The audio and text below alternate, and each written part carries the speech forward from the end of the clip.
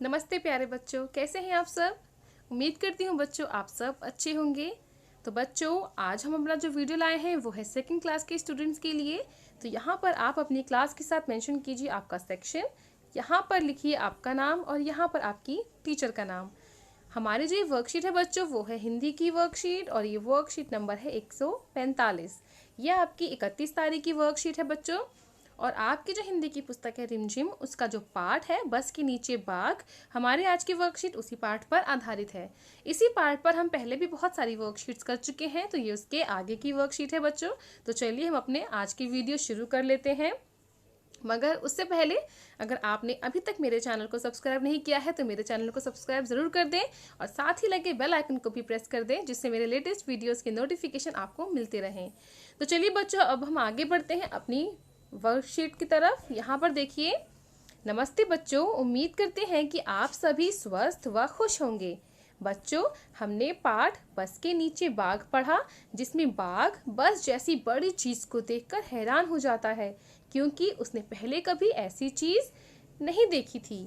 अब इस पाठ में कुछ वाक्यों को फिर से पढ़ते हैं और इस कार्यपत्रिका से कुछ नया सीखने का प्रयास करते हैं। ठीक है बच्चों, तो यहाँ पर देखिए हमारी जो कुछ पंक्तियां हमको पाठ से संबंधित यहाँ पर दिखा रखी हैं। तो चलिए हम पहले अपनी वो पंक्तियां पढ़ लेते हैं। किसी जंगल में एक छोटा सा बाघ खेल रहा था। खेलते खेलते वह जंगल के पास वाली सड़क पर निकल आया। सड़क पर एक बस खड़ी थी। छोटे बाघ ने देखा कि बस का दरवाजा खुला है। बाघ अपने अगले पंजे बस की सीढ़ी पर रखकर बस के भीतर देखने लगा। तो यहाँ देखिए बच्चों, जो हमें यहाँ पर ये पंक्तियाँ दे रखी हैं, अब इन्हीं पंक्तियों के आधार पर हमसे पूछे गए हैं कुछ प्रश्न। तो चलिए हम इन्हीं पंक्तियों के आधार पर अपने कुछ प्रश्नों के उत्तर यहाँ पर सॉल्व कर लेते हैं, हल कर लेते हैं। ठीक है, तो हमारा जो पहला प्रश्न है बच्चों वो ये यहाँ देखिए, छोटा बाघ कहाँ खेल रहा था। तो आप हमने जैसे यहाँ पे ऊपर पढ़ा, छोटा बाघ खेल रहा था एक जंगल में। ठीक है, तो चलिए अब हम इन सारे प्रश्नों के उत्तर लिख लेते हैं बच्चों। तो ये देखिए बच्चों, यहाँ पर जो प्रश्न एक है वो था छोटा बाघ कहाँ खेल रहा था। तो इसका उत्तर जो है बच्चों वो है छोटा बाघ जंगल में खेल रहा था। ठीक है, अब इसके बाद हम बढ़ते हैं प्रश्न 2 की तरफ। तो यहाँ देखिए बच्चों, प्रश्न दो है, बाघ को सड़क पर कौन सा वाहन दिखाई दिया। तो हम सबको पता है, ये हमारे शीर्षक में भी है हमारे पाठ के। तो बाघ को सड़क पर एक बस खड़ी दिखाई दी। ठीक है, बाघ को सड़क पर एक बस खड़ी दिखाई दी। चलिए अब हम आगे बढ़ते हैं अपने प्रश्न 3 की तरफ। यहाँ पर देखिए बच्चों, प्रश्न 3, बच्चों आप बस में बैठकर कहाँ कहाँ गए हो। तो एक बच्चे की तरीके से मैंने यहाँ पर उत्तर लिखा है बच्चों कि मैं बस में बैठकर मामा के यहाँ गया हूँ। ठीक है, तो इस प्रकार हमारे प्रश्न 3 का उत्तर भी हो गया कि मैं बस में बैठकर मामा के यहाँ गया हूँ।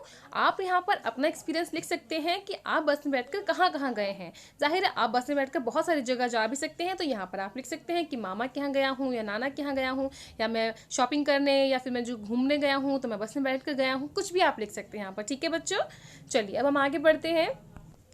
तो ये देखिए बच्चों, यहाँ पर हमने अपने तीनों प्रश्नों के उत्तर लिख लिए हैं। अब हम आगे बढ़ते हैं प्रश्न 2 की तरफ। यहाँ पर देखिए बच्चों, प्रश्न 2 में, इस कहानी में बाघ डरकर बस के नीचे दुबक गया। यदि आप बाघ की जगह होते तो क्या करते।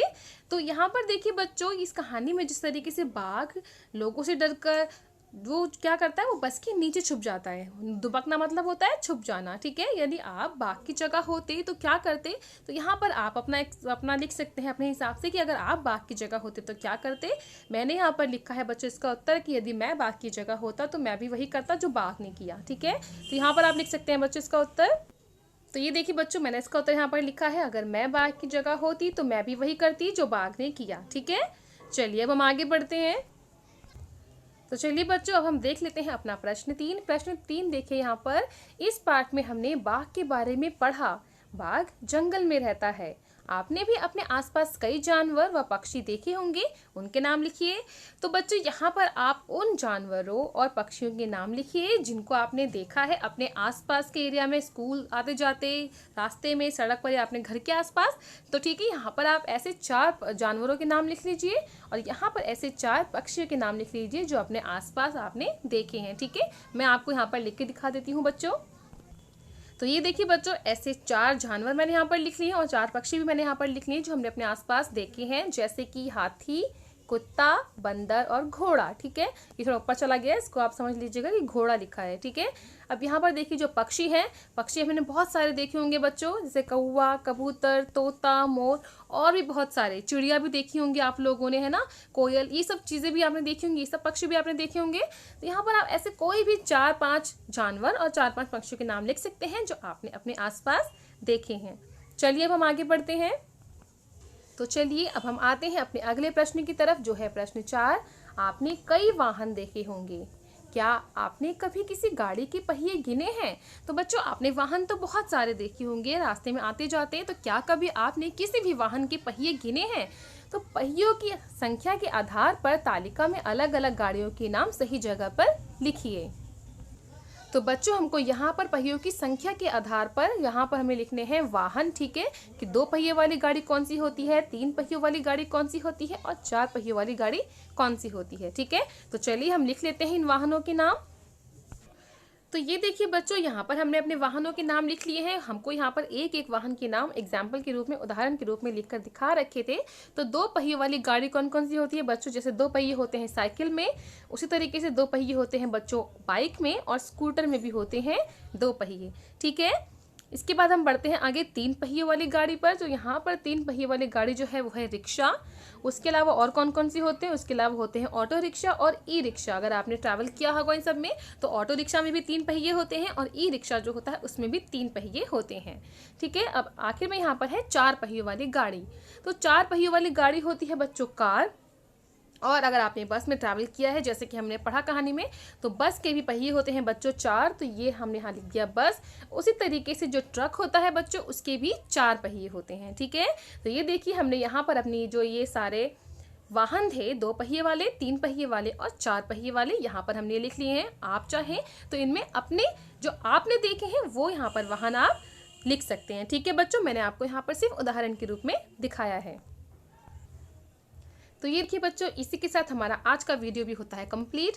उम्मीद करती हूँ आपको ये वीडियो पसंद आया होगा। अगर आपको ये वीडियो पसंद आया है तो मेरे वीडियो को लाइक ज़रूर करें और इसको अपने दोस्तों में शेयर भी ज़रूर करें। तो चलिए जल्द ही मिलूंगी आपसे एक नई वीडियो के साथ। तब तक पढ़ते रहें, बढ़ते रहें। Thanks for watching. Bye bye.